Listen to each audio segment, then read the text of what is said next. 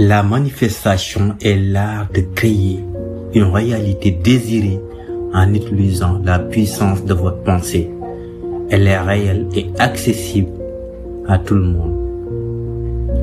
Depuis la nuit des temps, les sages ont toujours eu certains points de divergence.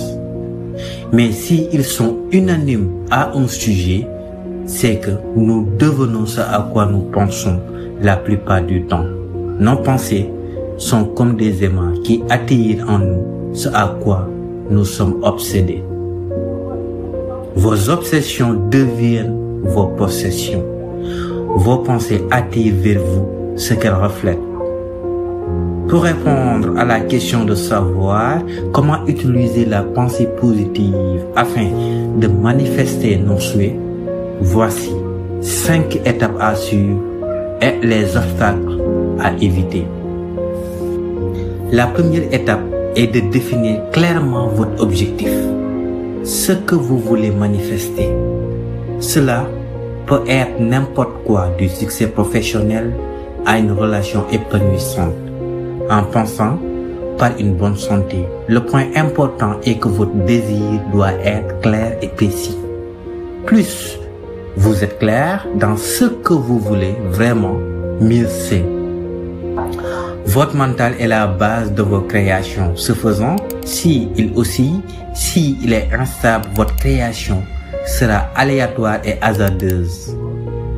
Vous devrez l'orienter spécifiquement vers ce que vous voulez manifester. Et pour y arriver, il faut impérativement avoir une vision très nette de ce que vous voulez réellement. Pour dire simple, nous devons apprendre à être focus. Identifier les pensées positives qui nous permettront d'atteindre notre but et de les alimenter par notre conscience. Y focaliser toute notre attention.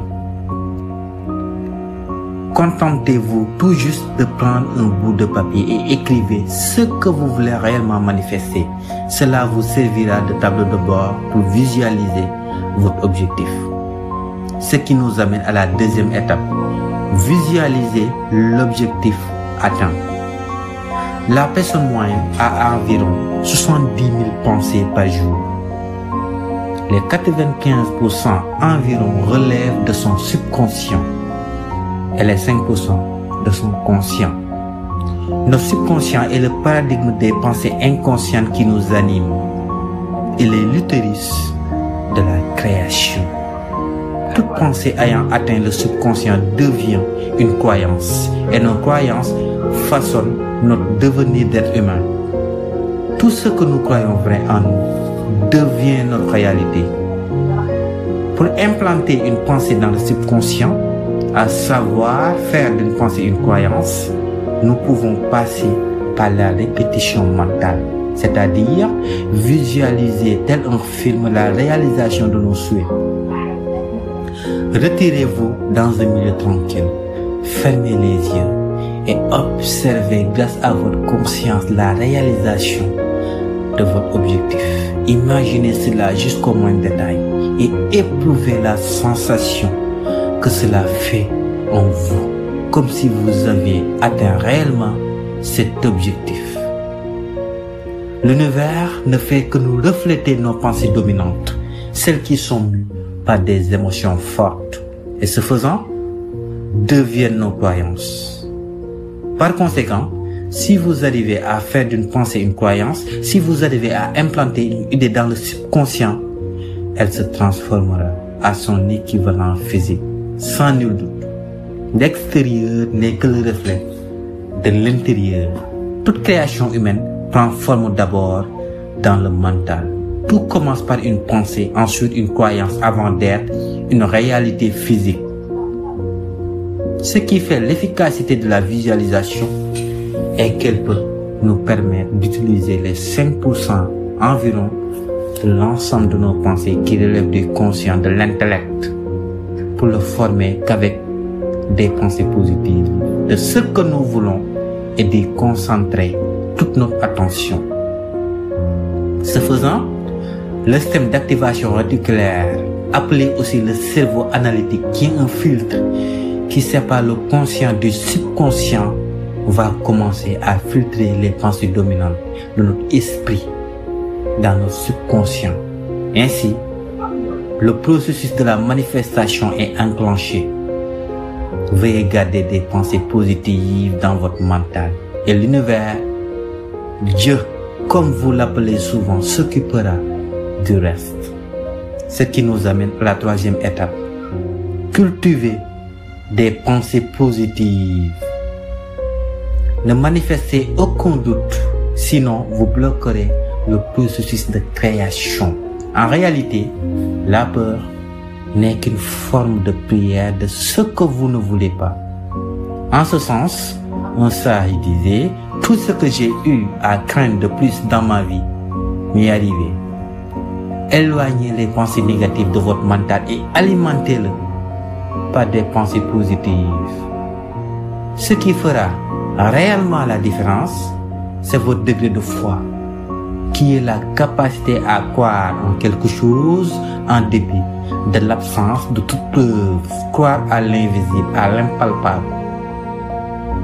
Croyez fermement sans aucun doute que vous méritez ce que vous voulez manifester.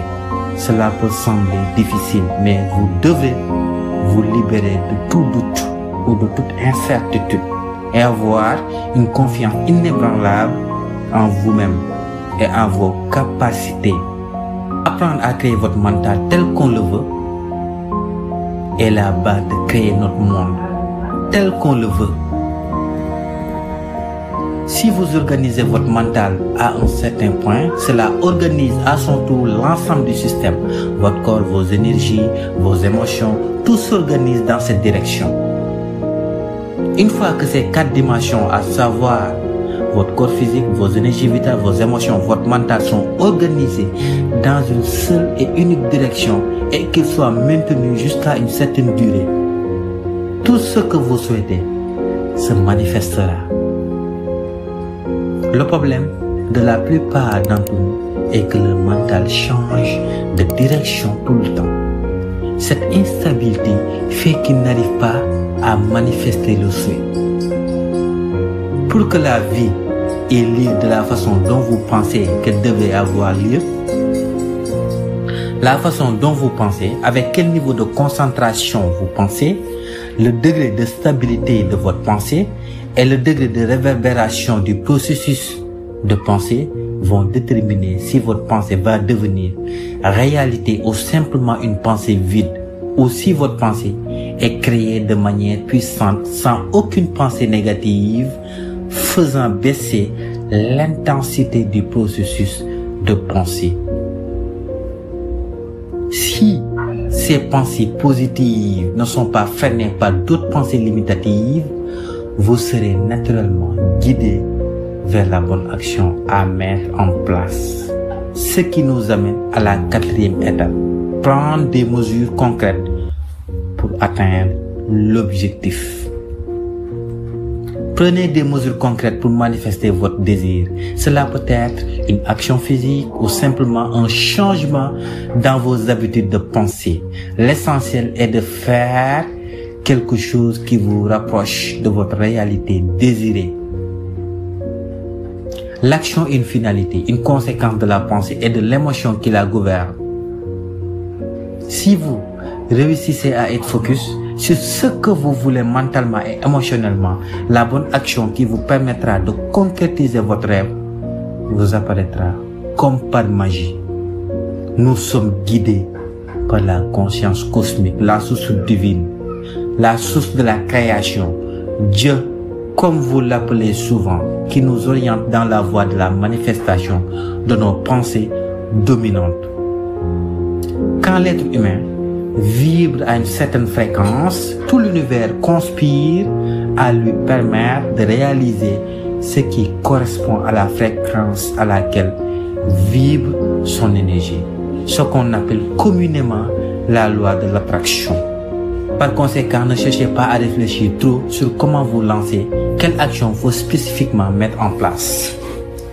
Contentez-vous de faire le mieux que vous pouvez avec ce que vous avez et manifestez de la gratitude.